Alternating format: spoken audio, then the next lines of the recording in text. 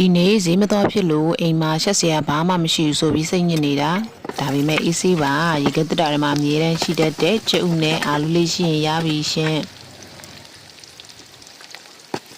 အာလူလေးကိုတုံတုံလေးလှီးကျုပ်လေးနဲ့တွဲပြီးတော့ငွေသီးဆက်ဆက်လေးပူပူလောလောလေးကြော်စားလိုက်ရုံပဲမိနစ်ပိုင်းပဲကြာတယ်နော်ချက်ရလဲတကယ်ကိုလွယ်လုံးလို့ပြင်းတဲ့နေ့တွေအတွက်ဆိုရင်အကွက်တီပဲရှင်